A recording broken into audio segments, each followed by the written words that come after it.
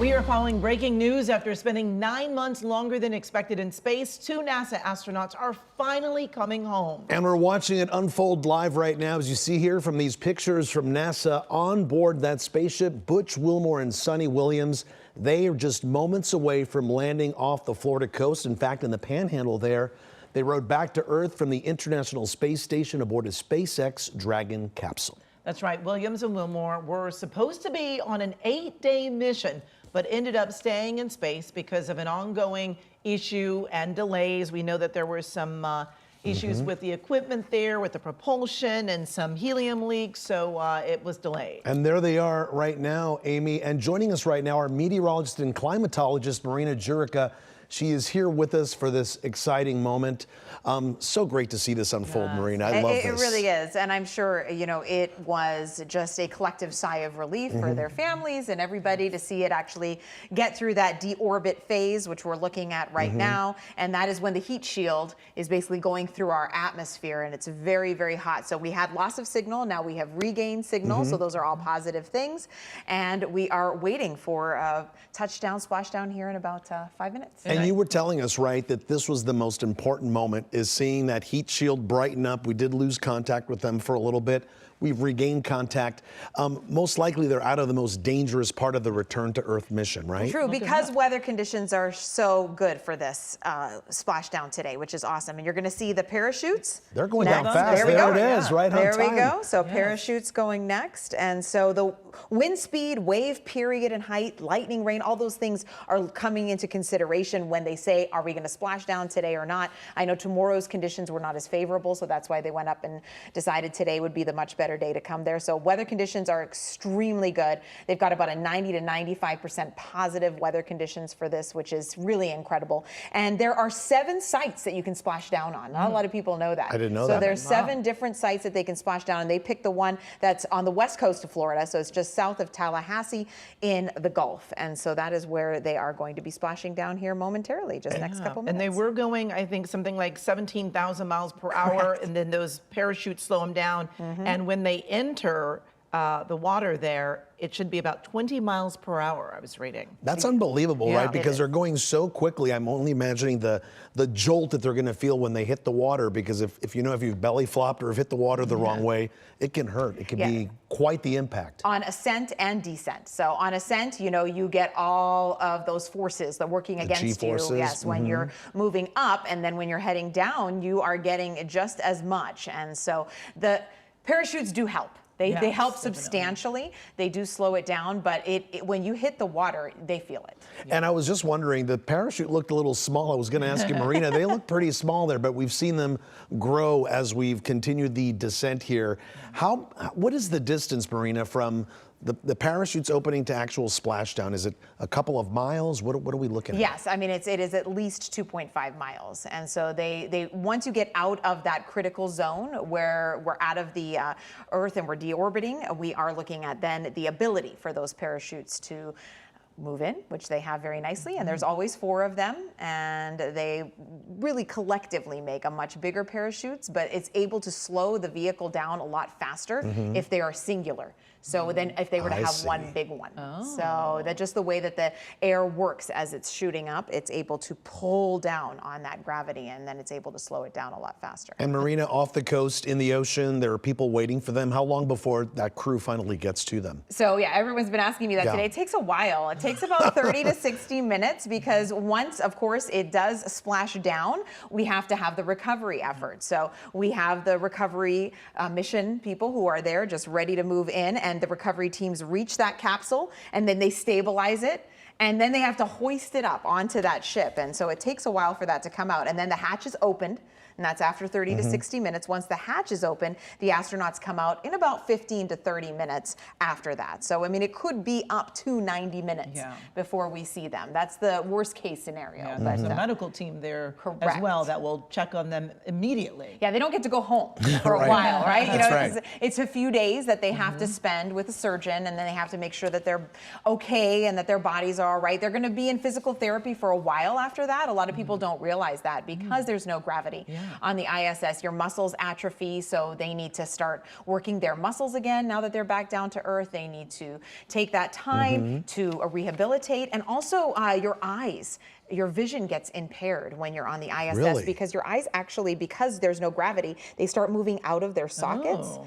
And so because of that loosening of your eyes coming out of where they usually are, it's a vision impairment that a lot of astronauts deal with when they get home. And they do exercise in the International Space Station. We see them on bicycles and whatnot to try to keep their muscles as used as possible. But I'm guessing they're feeling the impact right now of the Earth's gravity at this moment, right? Oh, for sure. I think it's, I mean, obviously I've only been up to 80,000 feet, there but it we're is, about to do it. Splashdown. There we go. Just hit the Wow. water. Just hit. Just hit the water, and that looked like a very, Very successful. Yes. descent there. And you see all of those parachutes now, and you know what? I can only imagine how they're going to feel when they take their first breath of real Earth air right. after 286 days.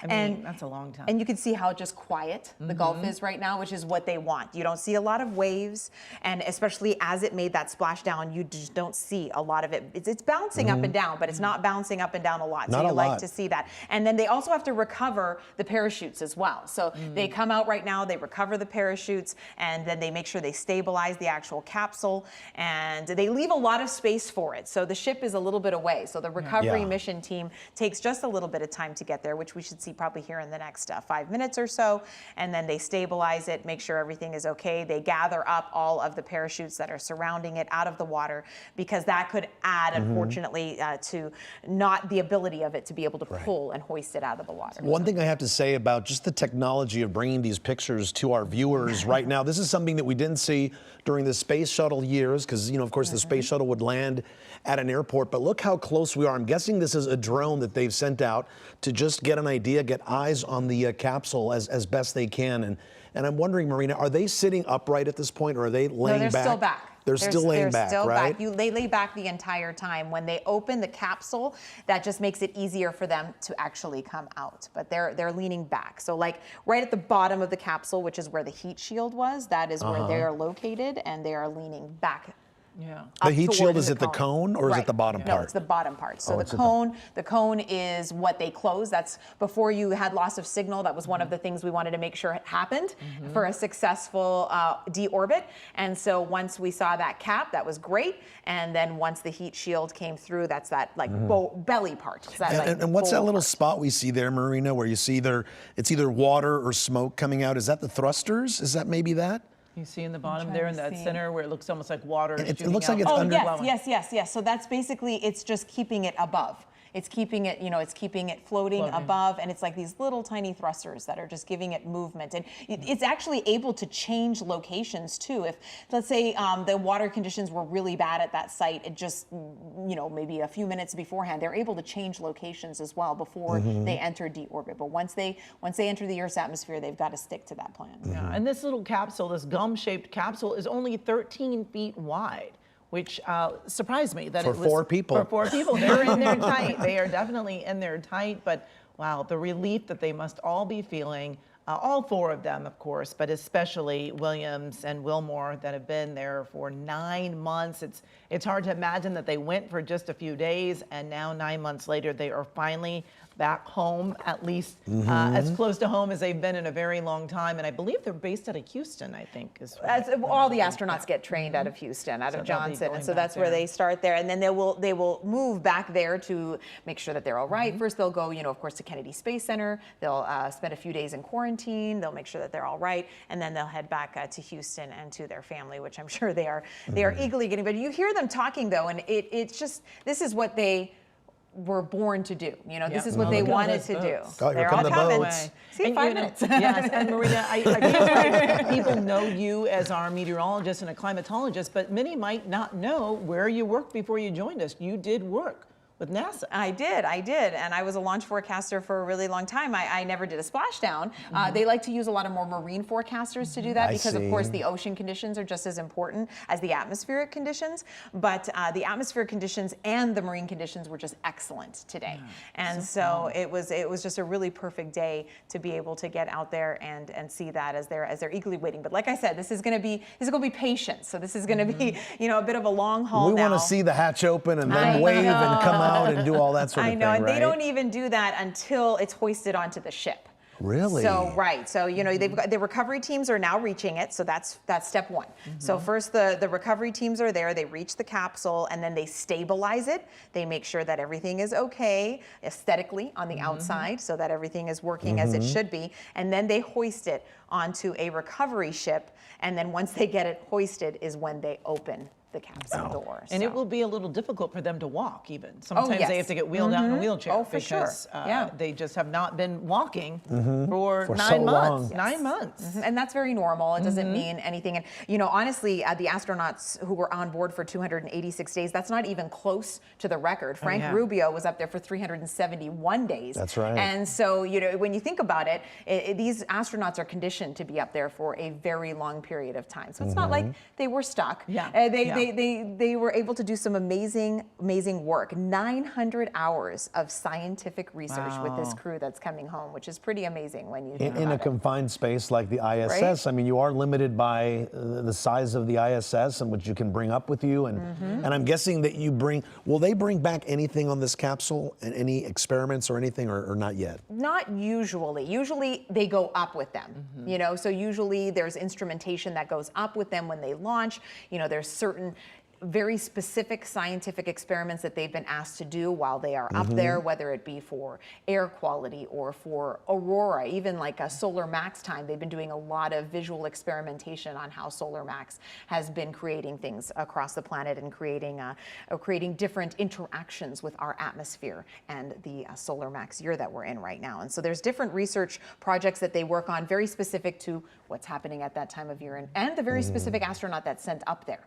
So they also look at that. If someone's a biologist, then they'll have them use their expertise for those certain scientific research experiments. I heard Suni and Butch mention that they saw quite a bit of the aurora borealis from the International Space Station, which, I mean, I know it's a bucket list type of thing for a lot of people. You've seen it, right, Marina? I just recently. You just came back from it, right? I just came back from my Norway research trip, and we were studying how solar max affects glacier melting in the front lines of climate change, which is in Norway. We were 200 miles above the Arctic Circle in Tromsø. So of course you have human climate change, and then you also have things that happen naturally, like solar max. And so we wanted to see how those in combination with each other, if it expedited glacier melting and exacerbated the issue. So it was pretty fascinating. But yes, because of solar max, I'm sure they got a show, because it has been I mean, we saw it here in Southern California, last Big Bear, year. you could see it. That's right. It was pretty impressive. And so because it's solar max this year and it seems to have a lot of heightened activity, I'm sure they got to see quite a show, numerous occasions. Is that the boat right there that we're seeing? Yes. That will come, and actually the capsule will be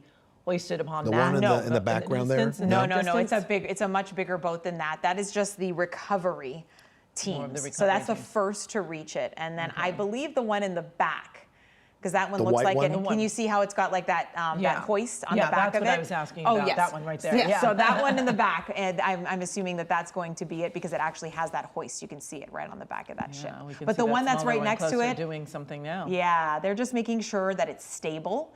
They're just checking the outside, like I said, just to make sure that everything is fine and that everything looks okay for it to be able to actually hoist out. It would be really bad if there was a crack or if there was anything wrong. They want to make sure that everything on the outside is looking good. And not to put you on the spot, but this was white when it started, right? Yes. And those are like almost like burn marks. Are those scorch marks? Marks. Yeah. Yep. And do they happen when they leave Earth and when they return? Is this simply maybe just re-entry? It's just re-entry because the capsule, remember when it was on United launch, well actually this one is Dragon, sorry, not Starliner, but when it was on SpaceX's, the capsule's encapsulated. And so as it launches up, then it lets it go and then it docks onto the ISS. They're climbing up on there right now. And that's the recovery team. Like I said, they've got to do a series of checks and balances just to make sure that everything's okay. But yeah, once it's docked onto the ISS, when it undocks and comes back, that's the first time it's really, I guess, naked, so to say. Yes. It's, it's exposed to all of the elements coming back into the Earth's atmosphere. They must be so relieved just to see this this worker here, this engineer, through the porthole that they've made it. And I guess they are getting updates. Oh, for sure. As everything's going on there, they're listening to what's going on. They know exactly what's going to happen.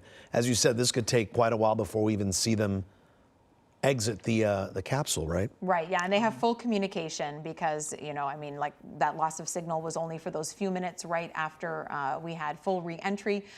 They got full contact with those astronauts, and that was pretty much going to last all the way until they make it out of the capsule. So they have full communication with them. And so many eyes on this splashdown. People have been waiting, friends and family have been waiting for them for so long, 9 months, and you know, a lot of anticipation. We know that, you know, we watch this and it's so cool, but we also know it's very dangerous for them to make that re-entry and the heat that is involved and just so many technical things that have to go just right to make it a success. Oh, and I always tell this, I scrubbed so many more launches than I actually did, because I mean, you just don't want, especially when human life is involved. I mean, obviously when there's a payload, you don't want that to blow up either, because that's a lot of money too. But when there's human lives involved too, I mean, you just kind of take that extra step of precaution, and they take their go, no goes very seriously. And so, I mean, even if the weather was slightly, you know, just not okay, they just wouldn't go ahead and do it. And so that's, I mean, it's always a risk, of course. There's always a risk of things going wrong,